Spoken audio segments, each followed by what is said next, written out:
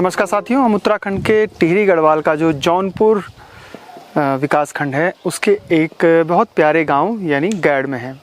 गैड़ अपनी जो जौनसारी संस्कृति है उसके लिए तो विख्यात है, लेकिन इस पूरे गांव में किसी घर में ताला नहीं है और कोई खेत बंजर नहीं है।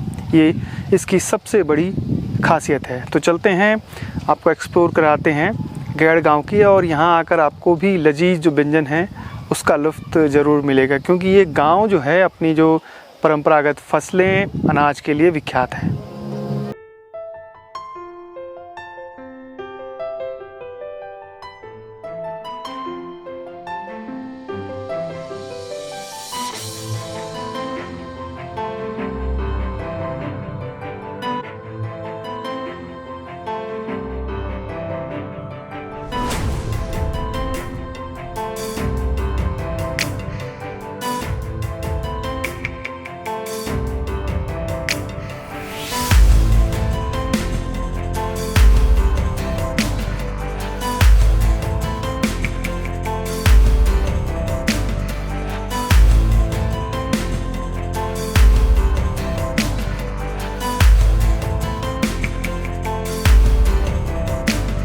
टाटी है, इसमें हम हल लगाते हैं, कोदा जंगरा कमाते हैं, तब घर ले जाते हैं इनको कोदे जंगरे को। बकरी को चुंगाते हैं, गाय को चुंगाते हैं, भैंस का डंगर के लिए घास लाते हैं। हमारा ये काम है, हम ये काम नहीं करेंगे तो हम भूखे मर जाएंगे घर में। तो यहाँ कितने समय रहते हैं? हम रह गए यहाँ 6 महीने। 6 महीने यहाँ रह गए और 6 महीने ऊपर रह गए। 6 महीने डांडे में, 6 महीने बाद इधर हमारी डेयरी आती है, तब इधर घास घूस की ये करते हैं कटिंग। सर मेहनत तो यहाँ जितनी मेहनत करते हैं उतना होता नहीं है। यहाँ वो पशु के ऊपर है, पिलाने वाली गाय रखी है लोगों ने, भैंसें रखी हैं। तो भैंसें भी आजकल ऐसे कम ही लोगों की है, यहाँ गाय बकरी ला रखी लोगों ने। भैया ज़मीन का है, मंडुआ जंगोरा यही चीज़ें होती है। यहाँ पहाड़ में तो और तो विशेष खेती कर रहे हैं, मतलब खेती कर रहे हैं, पर यहाँ जंगली जानवर बहुत नुकसान करते हैं। जैसा शोर हो गया, भालू हो गया, बंदर हो गए, इनसे बहुत परेशान है हम लोग। तो पलायन भी है गांव में?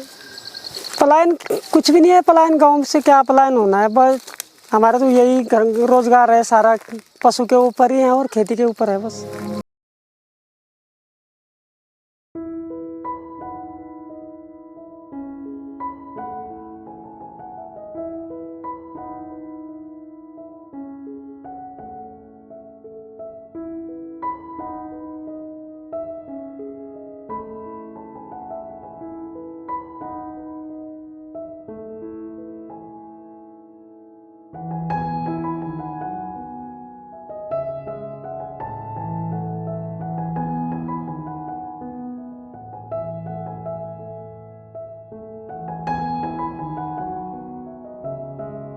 देखिए सर, इस जगह का नाम है टाटी छानी और ये हमारे गांव से लगभग 2 किलोमीटर गांव के नीचे हैं।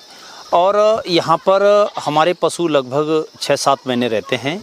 आपने देखा होगा कि हमारी जो पूरे गांव की काश्तकारी वो यहीं पर निर्भर है। हमारे यहाँ पर जो खेत खलियान हैं, जो हमारे पेड़ पौधे भीमल खड़ी के, हमारा जो पशुपालन है, गाय भैंस भेड़ बकरियाँ, वो सब यहीं पर रहते हैं। और लगभग इस टाटी छानी में हमारी 20-25 छप्पर है, जिनमें मैं कह सकता हूं कि सैकड़ों की संख्या में हमारी बकरियां हैं, भैंस है, गायें हैं। और मुझे इस बात को कहते हुए बड़ी प्रसन्नता होती है कि मेरे गांव में बिल्कुल भी पलायन नहीं है। और मैं कहूं डांडे से लेकर के और तौणा तक, कहने का मतलब कि सुरकंडा मंदिर से लेकर के और अगलाड़ नदी तक हमारे जितने भी खेत खलियान हैं बिल्कुल भी बंजर नहीं है।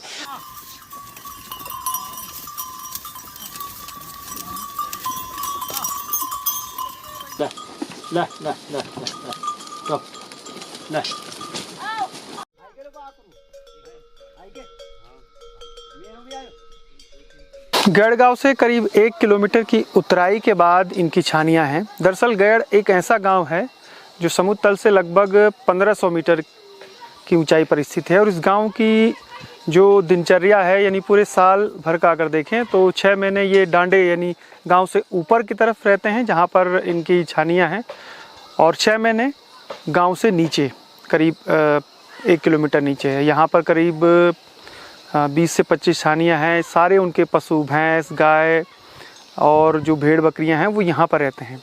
हर दिन। अब आप सोचिए कि सुबह 4 बजे 5 बजे वो लोग यहाँ पर आते हैं, अपनी खेती बाड़ी करते हैं। यहाँ जितने भी खेत हैं गैड़ गांव के, कोई भी बंजर नहीं है।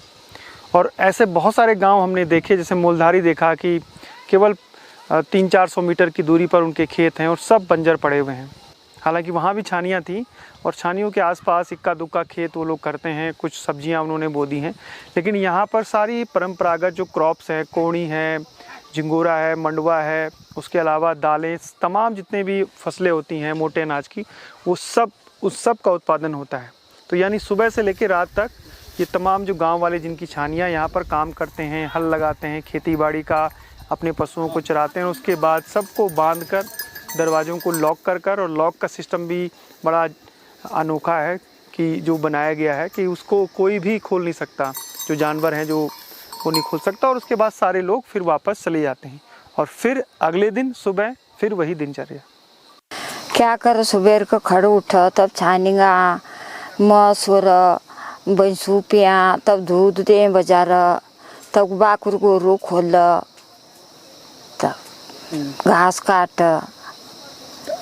दिन भर आप ही रहना? हाँ। और शाम बगत वापस का? हाँ। अब हम जहाँ पे आंधो आओ रिट्टी घर। तो बुआरी नहीं आंदे? क्या नहीं बुआरी भी, मैं तो दुई तो हम जनी है काम करता रही।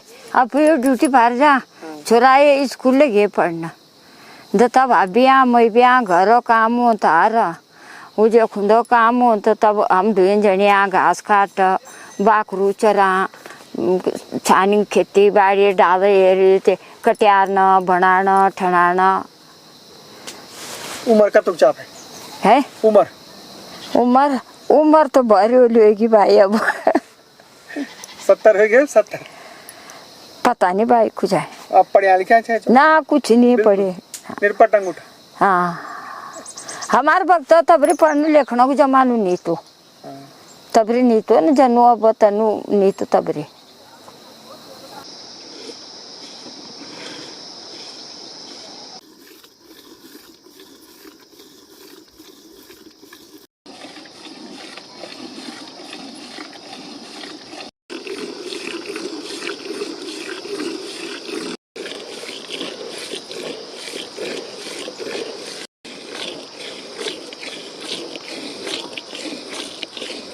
गांव तो काफ़ी बदल गया, ये काफ़ी बदलाव आ गया गांव में, बहुत कुछ बदलाव आ गया।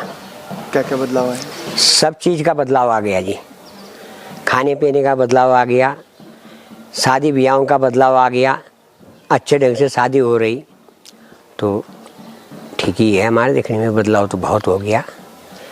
पहले तो हम यहाँ से मसूरी जाते थे दूध देने, 4 रोटी बना के लगाते थे, आधे रास्ते में खा देते। घर जैसे आते थे भूखे पेटे आते थे घर, तब नीचे अगलार में आते थे, वहाँ से बोरी उठाते थे धान की, तब लाते यहाँ। तो खाने को छक ही नहीं था हमें, बहुत गरीबी थी। अब कुछ कदर बदलाव अच्छा ढंग से आ गया जी। कद्दू होते हैं जी, हमारे कद्दू होते हैं हमारे कद्दू। यहाँ खेती अच्छी नहीं है हमारी, उपज कम है यहाँ। कद्दू होते, खेती की उपज बहुत कम है हमारे गांव में। मेहनत ज़्यादा है, होता नहीं है कुछ। फिर भी करते हैं आप लोग? करते हैं जी, क्या छोड़ना क्या है, करना तो पड़ता है। डंगर रखते, भैंस रखते, सब कुछ रखते, दूध बेचते, तो करना तो पड़ता है, गुजारा तो करना ही है। तो ऐसा है। धान हमारे होते नहीं, वो बग गया सब। अच्छा। सब बग गया। कब? वो तो आज कितने साल हो गए भाई? 13 में? हाँ 13 में हुआ सब पूरे धान के। बस कुछ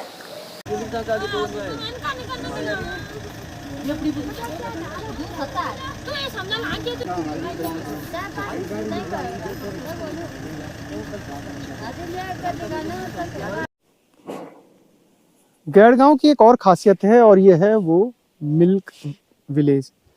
मिल्क विलेज इसलिए कह रहा हूँ कि हर दिन अगर इस गांव से 500-600 लीटर से भी ज़्यादा दूध जा रहा है तो आप सोचिए कि लोग कितनी मेहनत कर रहे हैं अपने पशुपालन और जो पशुधन है उसके लिए। गाड़ी यहाँ 4-4 गाड़ियाँ आती हैं, दूध यहाँ से फिर मसूरी के लिए निकलता है। इस पूरे इलाके में जितने भी गांव हैं आसपास, जैसे क्यारी है, ख्यारसी है, घाटी है, उसके अलावा और भी गांव में सबसे ज़्यादा जो मिल्क प्रोडक्शन है वो इसी गांव में, यानी जो गेड़ गांव है उसमें हो रहा है। मुश्किलें हैं इस गांव के लिए, और जो हमने और भी गांव देखे उन सभी गांव में सबसे ज़्यादा मुश्किलें हमें इसी गांव में दिखाई दी। करीब 1-1.5 किलोमीटर दूर उनकी छानियां हैं, वहाँ से वो दूध लेके हर दिन आते हैं, फिर उन गाय भैंस उनके लिए चारा एकत्रित करना।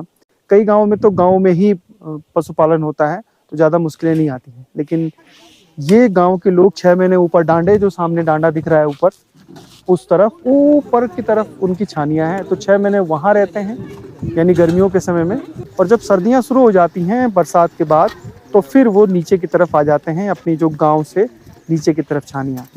इन मुश्किल चुनौतियों के बीच अगर इस गांव में मिल्क प्रोडक्शन हो रहा है, पनीर बन रहा है, घी बेच रहे हैं वो लोग, मक्खन है, उसके अलावा अनाजों का उत्पादन हो रहा है, तो एक समृद्ध गांव कहा जा सकता है।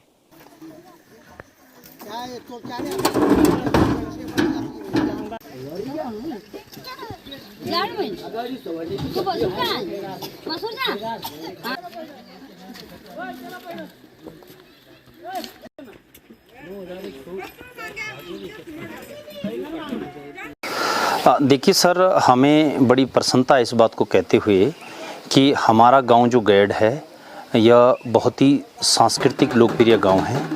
हमारा प्रयास है कि हम अपनी संस्कृति जौनपुर, जौनसार, रवाई घाटी की जो लोक संस्कृति इसको कैसे ज़िंदा रखें। इसमें हमारे गांव की महिलाएं, बुजुर्ग, गांव के वयोवृद्ध व्यक्ति बड़े बढ़ चढ़ करके यहाँ की जो लोक संस्कृति है, रासो है, तांदी है, सराई हैं, पांडव नृत्य है, वो अभी भी पूर्ण रूप से जिंदा है।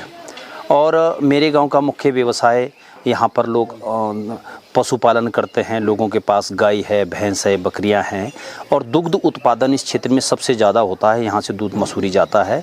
गांव का मुख्य आजीविका दूध बेचना है। उसके साथ साथ मेरे गांव में बिल्कुल भी पलायन नहीं है। यहाँ अभी भी आप देख रहे होंगे, आपने देखा कल शाम भी कि गांव भरा पड़ा है। कोई भी ऐसा मकान आपको नहीं दिखेगा कि जिसके अंदर आदमी नहीं रहते हैं।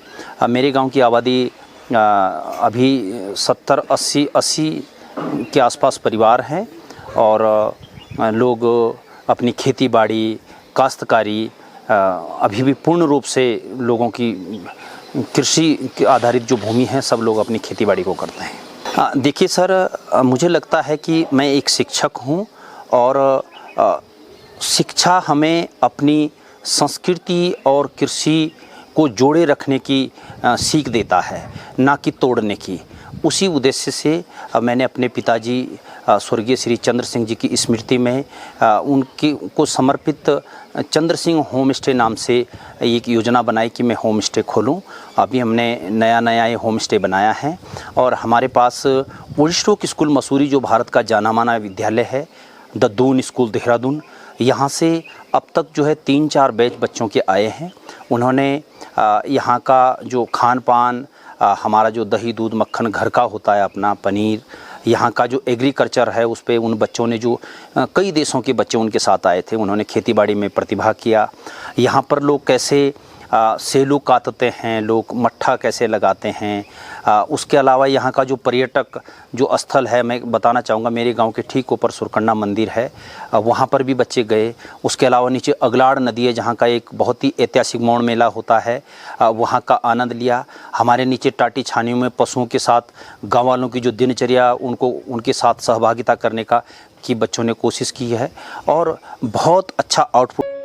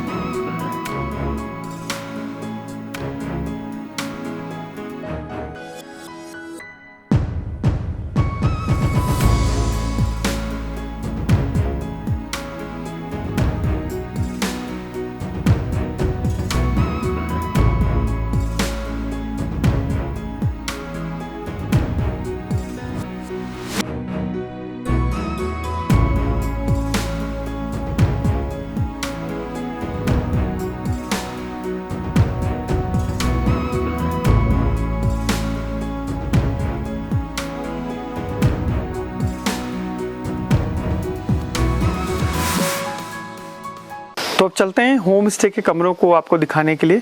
ये बरामदा है, यहाँ से पूरे गांव का व्यू दिखता है। कमरे बड़े हैं, यानी जो 8-10 लोग भी अगर आते हैं तो उनके लिए पूरी व्यवस्था है। इस होम स्टे में करीब 20-25 लोगों की रहने की व्यवस्था है। ख़ास बात यह है कि जो जौनसार वाले इलाके हैं वहाँ पर जो स्लीपिंग अरेंजमेंट है, यानी सोने की जो व्यवस्था है, वो ग्राउंड में बिस्तरों को बिछा कर की जाती है। जब मेहमान आते हैं तो तब भी ऐसे ही होता है। इसके अलावा 2-3 रूम नीचे हैं, तो जो नीचे नहीं सोना चाहते हैं उनके लिए बेड भी लगे हुए हैं।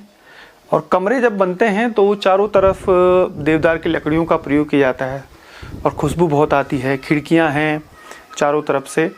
किसी भी मौसम में आप आएँ तो इन मकानों में रह के एक अलग अनुभूति मिलती है। और ये केवल जौनसारी नहीं बल्कि उत्तरकाशी के जो मोरी ब्लॉक है, उसके अलावा जो चक्राता देहरादून का हिली एरिया है, वहाँ पर भी इसी तरीके से अरेंजमेंट होता है, यानी कमरे होते हैं और मेहमानों को ज़मीनी पर ही बैठाया जाता है। उनको वहाँ पर ही नाश्ता और भोजन कराया जाता है और सोने की व्यवस्था भी इसी तरीके से ज़मीनी स्तर पर होती है। ये अलग लुक देता है। जैसे आप उत्तरकाशी के और इलाकों में जाएंगे या फिर रुद्रप्रयाग, चमोली या कुमाऊं के इलाकों में, तो वहाँ पर इस तरह की व्यवस्था नहीं रहती है। प्रॉपर बेड लगे होते हैं, खाने के लिए टेबल होता है।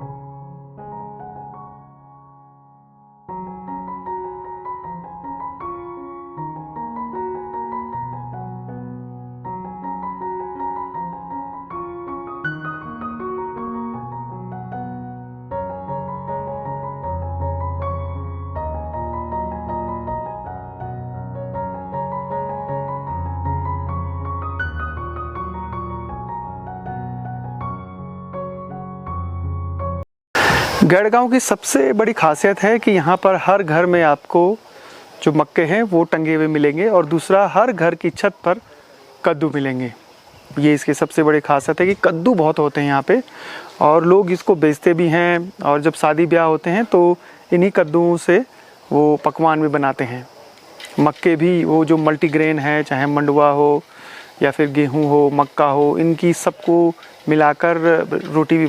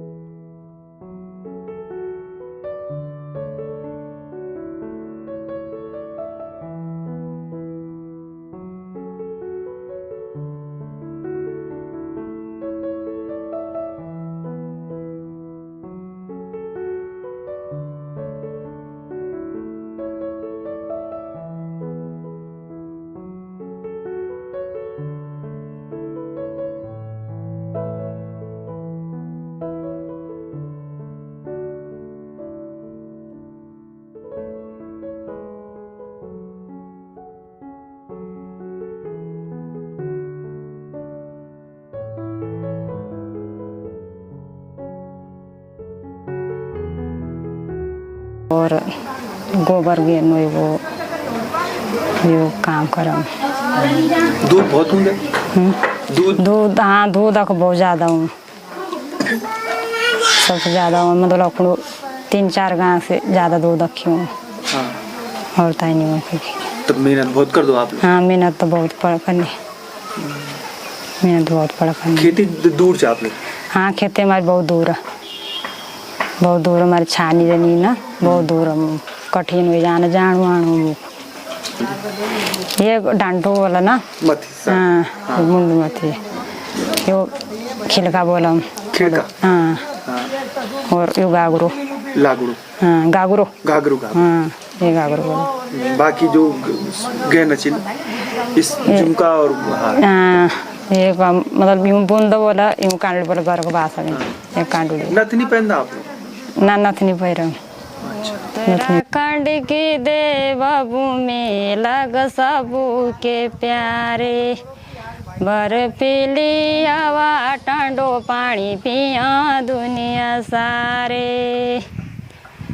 उत्तराखंड की देवभूमि लग सबू के प्यारे, बर्फीली हवा ठंडो पानी पिया दुनिया सारे। उत्तराखंड के भाई बहनों रखे जंगल को ध्यान, हरी भरी डाली बचाया उत्तराखंड की शान। उत्तराखंड के भाई बहनों रखे जंगल को ध्यान, हरी भरी डाली बचाया उत्तराखंड की शान। ये सड़क है जो थत्यूड़ से ठीक जो अलगाड़ पुल है नदी का, यानी यमुनोत्री नेशनल हाईवे की तरफ जा रहा है, और इसी से करीब 1 किलोमीटर आधा किलोमीटर की दूरी पर ये गांव बसा है।